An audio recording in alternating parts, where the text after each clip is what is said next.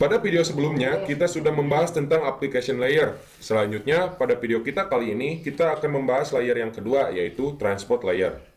Jika di application layer tadi kita memiliki banyak sekali contoh-contoh seperti HTTP, kemudian tadi saya jelaskan tentang SMTP, ada POP3, ada IMAP, kemudian ada biasanya SSH. SSH itu digunakan untuk meremote suatu router atau server. Kalau teman-teman belum mengerti apa itu SSH, nggak apa-apa, santai aja. Nanti kita pelajari hal itu.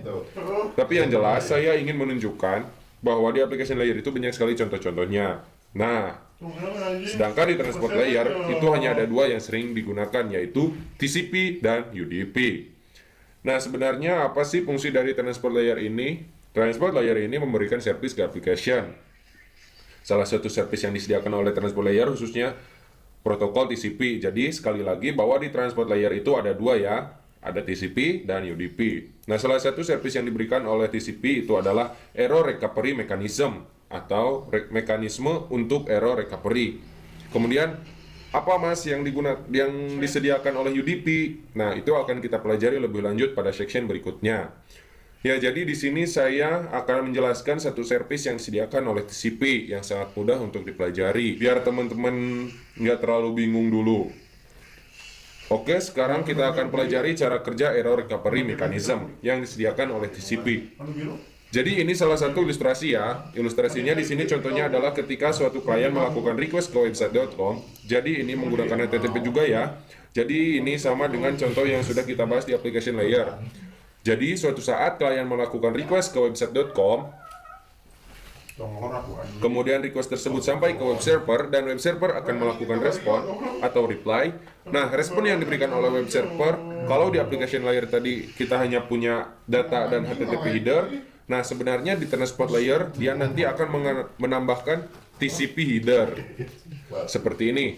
Jadi ada TCP sequence 1, sequence 2, sequence 3. Sequence di sini artinya urutan aja ya. Jadi urutan 1, 2, 3 seperti itu.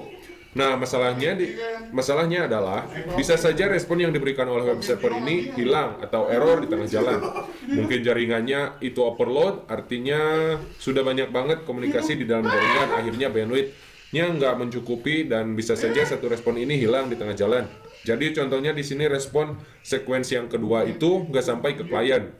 Nah, jika terjadi suatu hal seperti ini, maka klien nanti akan mengirimkan request lagi, meminta respon dengan sequence 2 lagi. Jadi kalian akan melakukan request ke web server. Hey web server, tolong kirimkan data dengan sequence 2 dong, saya nggak terima nih. Misal seperti itu.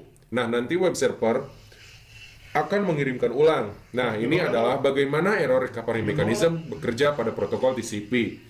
Jadi, memastikan agar semua data itu benar-benar terkirim dengan baik.